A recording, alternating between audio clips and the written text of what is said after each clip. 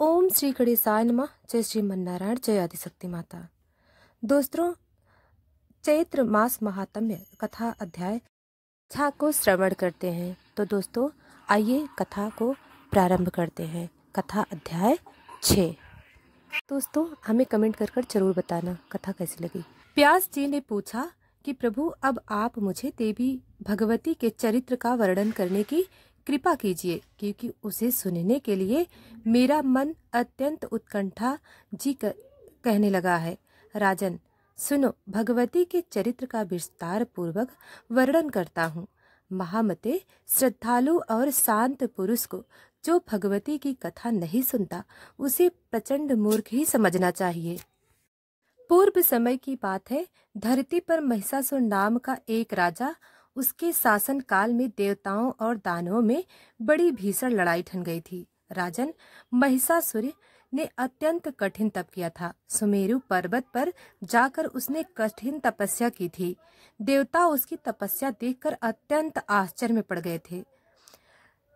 100,000 वर्षों तक अपने इष्ट देव का अपने हृदय में ध्यान करता रहा। महाराज, इसके बाद उसके आराध्य देवलोक पितामह ब्रह्मा जी प्रसन्न हो गए। वे हंस पर विराजमान होकर वहां आए और बोले, हे धर्मात्मा, वर मांगो, मैं तुम्हारा मनोरथ पूर्ण करने के लिए तत्पर हूँ। तब महिषासुर ब्रह्मा जी से कहने लगे, देवाधिदेव हे महाभाग्य, मैं आपसे अमर हो जाने का वरदान चाहता हूँ। पितामह, जिस प्रकार मृत्यु का भय सामने न आए वैसा ही वर देने की कृपा कीजिए। महिषासुर की बात सुनकर ब्रह्मा जी कहने लगे कि जन्मे हुए प्राणी का मरना और मरे हुए का जन्म लेना बिल्कुल निश्चित है। यह नियम सदा लागू रहता है। सभी प्राणियों की जन्म लेने और मरने की क्रिया अनिवार्य रूप से सदा चलती रहती है। दैत्य व समय अनुसार संपूर्ण प्राणियों की मृत्यु हो जाती है। बड़े बड़े पर्वत और समुद्रों का भी अंत हो जाता है। इसलिए राजन, एक मृत्यु के विषय को छोड़कर दूसरा जो कुछ भी तुम्हारे मन में है वो मुझसे मांग लो। तब महिषासुर बोला, पितामह देवता, दैत्य और दानव, इनमें से किसी भी पुरुष से मेरी मृत्यु कभी ना हो। कोई स्त्री ही मुझे मार सके। इसलिए हे ब्रह्मा जी, स्त्री के हाथ मेरा मरण निश्चित करने की कृपा कीजिए। पर जो स्वयं अबला है वह मुझे मारने में भला समर्थ कैसे हो सकेगी। तब ब्रह्मा जी कहने लगे, दैत्य, ठीक है, जब कभी भी स्त्री के द्वारा ही तुम्हारी मृत्यु निश्चित हो, महाभाग्य पर वरदान में मैं तुम्हें देता हूँ। व्यास जी कहते हैं, राजन, इस प्रकार महिषासुर को वरदान देकर ब्रह्मा जी अपने आश्रम के लिए प्रस्थान कर गए। वह प्रतापी दैत्य महिषासुर भी बड़ी प्रसन्नता से अपने घर लौट आ गया। अब राजा जनमेजय ने पूछा, महिषासुर किसका पुत्र था? उस बलशाली दैत्य की उत्पत्ति कैसे हुई और एक महान आत्मा होते हुए भी उसे महिष का रूप कैसे मिल गया? तब व्यास जी ने उनके प्रश्नों का उत्तर देते हुए कहा, महाराजनों के जगत प्रसिद्ध 2 पुत्र थे। उनके नाम थे रंभ और करम। उन दोनों की दानों में बड़ी प्रतिष्ठा थी। महाराज, वे दोनों संतानहीन थे, इसलिए पुत्र होने की तपस्या करने लगे। बहुत वर्षों तक कठिन तपस्या की। पंचनंद के पावन जल में तपस्या आरंभ हुई। करम जल में डूबकर बड़ी कठिन तपस्या करने लगा। रंभ प्रशस्त दूध वाले वटवृक्ष के नीचे गया और पंचाग्नि की व्यवस्था करके तपस्या में लीन हो गया। जब रंभ पंचाग्नि ताप हो गया, तब उन दोनों दैत्यों की स्थिति का पता लगने पर सचिपति इंद्र महान दुखी हो गए। वे स्वयं पंचनंद पर पहुंचे। ग्रह का वैश्य धारण करके उन्होंने जल में प्रवेश कर लिया और तपस्या करते हुए करंग के पैर उन्होंने पकड़ लिया। उनके इस प्रयास से दुराचारी करंग की जीवन लीला समाप्त हो गई। अपने भाई की मृत्यु का समाचार सुनकर रंभ के क्रोध की सीमा न रही। उसके मन में ऐसी इच्छा हुई कि अपना मस्तक काटकर अग्नि को भेंट कर दूं। इसलिए उसने सहसा बाएं हाथ से अपने सिर की चोटी पकड़ी और दाहिने हाथ से तीखी तलवार लेकर उसने अपने मस्तक को धड़ से अलग कर देना चाहा। इतने में उसे समझाने के लिए अग्निदेव वहां प्रकट हुए। अग्निदेव ने रंभ से कहा, दैत्य तुम में तो बड़ी मूर्खता भरी हुई है, तभी तो अपना मस्तक काटने के लिए तैयार हो गए हो। भला आत्महत्या जैसे अत्यंत अधर्म कर में तुम्हारी प्रवृत्ति कैसे हो गई? भक्त तुम्हारा कल्याण हो, मुझसे वर मांग लो। मन में जो भी इच्छा हो मुझसे मांग सकते हो, लेकिन अपने शरीर का त्याग मत करो। इस प्रकार प्राण त्याग करने से भला तुम्हारा कौन सा कार्य सिद्ध हो सकेगा? व्यास जी कहते हैं, अग्निदेव की वाणी बड़ी सरस थी। उसे सुनकर रंभ ने अपनी चोटी छोड़ दी और कहने लगा, देवेश, अब आप प्रसन्न हो तो मुझे अभीष्ट वर देने की कृपा कीजिए। मैं त्रिलोकी पर विजय पाने वाला पुत्र चाहता हूँ। मुझे ऐसा पुत्र चाहिए जिसके प्रयास से शत्रु की सेना अपने प्राणों से हाथ धो बैठे। देवता, दानव और मनुष्य कोई भी किसी भी प्रकार उसे पराजित ना कर सके। वह अपनी इच्छा के अनुसार जहाँ कहीं हो जा सके। उसमें असीम शक्ति हो, अपनी इच्छा के अनुसार रूप धारण कर सके। सब लोग उसके चरणों में मस्तक झुकाए। तब अग्निदेव ने रंभ से कहा, बहुत अच्छा, तुम्हारी यह इच्छा अवश्य पूर्ण होगी। महाभाग्य पर तुम्हारा मन डिग जाए, उसी के गर्भ से महान पराक्रमी पुत्र तुम्हें प्राप्त होगा। व्यास जी कहते हैं, अग्निदेव का वचन मन को प्रसन्न करने वाला था। उनकी बात सुनकर दैत्य भी रंभ ने चरणों में उनके मस्तक झुका दिया और फिर वह अपने स्थान की ओर चल दिया। रंभ का स्थान संपूर्ण समृद्धि से भरा पूरा था। वहाँ अनेकों यक्ष मौजूद थे। पशु भावापन्न राक्षस तो था ही, काम भाव से एक महर्षि पर उस दानव राज की दृष्टि पड़ गई। उस समय वह भैंस भी जवानी के मद में चूर थी। रंभ उस पर आकर्षित हो गया और होनी तो बड़ी प्रबल होती है। इस प्रकार वह महर्षि गर्भवती हो गई।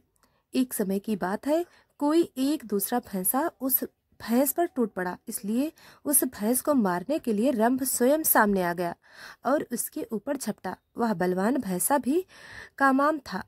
उसने तुरंत अपने सींगों वाल कर दी।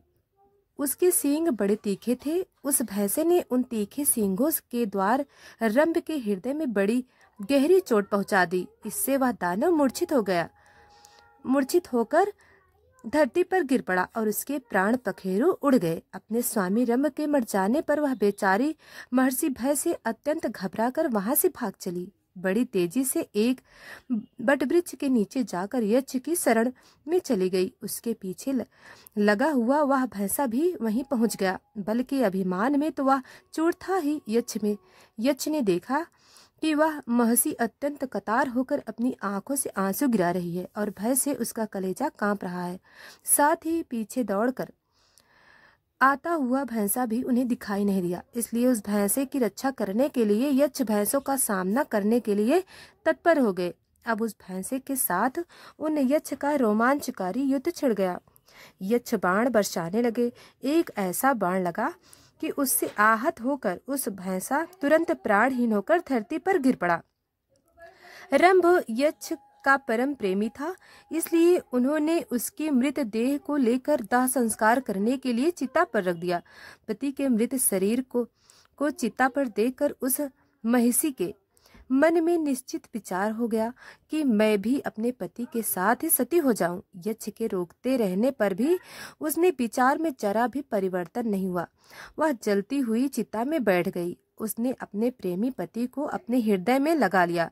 उसी समय चिता के मध्य भाग से महाबली महिषा स्तन निकल आया। पुत्र की कृपा करने वाला स्वयं ब्रह्मा भी एक दूसरा शरीर धारण करके रक्त बीज के रूप में चिता से बाहर निकला। इस प्रकार महिषासुर और रक्त बीज इन दोनों की उत्पत्ति महाबली रंभ से हुई है। इसके बाद मुख्य दानव एकत्र हुए और उन्होंने महिषासुर को वहां की राजगद्दी और अभिषिक्त कर दिया। राजन, महिषासुर देवताओं और दानवों सबसे अवध था। अर्थात कोई भी उसका वध नहीं कर सकता था। महाराज महिषासुर नाम से प्रसिद्ध वातानु संपूर्ण जगत पर शासन करने लगा।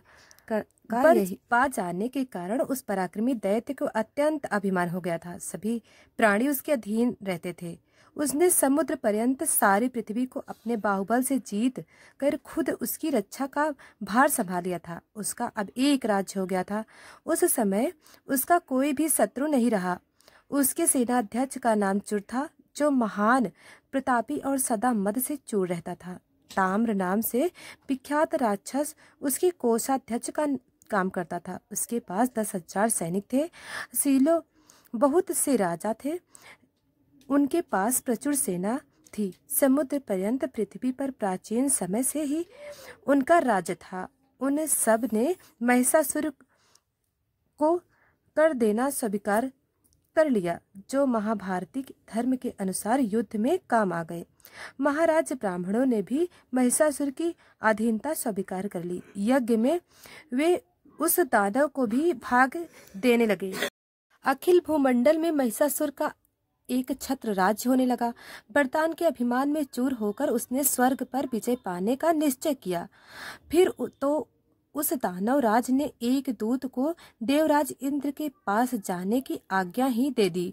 उसने शीघ्र ही संदेशवाहक दूत को पहले अपने पास बुलवाया और उससे कहा कि वीर, तुम्हारा व्यवहार बहुत शुद्ध है। महाबाहु, आज तुम्हें यह दूध का काम करना होगा। तुम निडर होकर स्वर्ग में इंद्र के पास जाओ और उससे मेरा यह संदेश कह दो। जाकर उससे कहना कि देवराज इंद्र स्वर्ग छोड़कर जहाँ भी जी चाहे अभी चले जाओ, और अगर रहना है तो मैं महामना महिषासुर के सेवक बनकर रह सकते हो। सच्ची पते, अगर तुम महाराज महिषासुर के शरणागत हो गए हो तो वे अवश्य तुम्हारी रक्षा करेंगे। इसलिए अच्छा है कि तुम उनकी शरण में चले जाओ। यदि तुम्हें यह बात स्वीकार हो तो शीघ्र युद्ध करने के लिए हाथों में वज्र उठा लो। बलसूदन, तुम पहले भी परास्त हो चुके हो। तुम्हारा पुरुषार्थ मुझे पता है। तुम्हारी शक्ति भी मुझसे छुपी नहीं है। युद्ध करो या फिर जहाँ तुम्हारा मन माने वहाँ तुरंत चले जाओ। ऐसी आज्ञा पाकर दूत इंद्र के पास जाकर महिषासुर का संदेश उन्हें सुना दिया। व्यास जी कहते हैं, महाराज, इस अवसर पर दूत की बात सुनकर इंद्र की क्रोधाग्नि भभक उठी। फिर संभल कर मुस्कुराते हुए उन्होंने अपना संदेश दूत के सामने व्यक्त करना आरंभ कर दिया। उन्होंने दूत से कहा, रे प्रचंड मूर्ख, क्या तुझे नहीं जानता? जो तू अभिमान में चूर होकर यह अनाप सना बक रहा है, तेरे स्वामी को यह अभिमान कर रोग हो गया है, इसलिए मैं उसका चिकित्सा अवश्य करूंगा।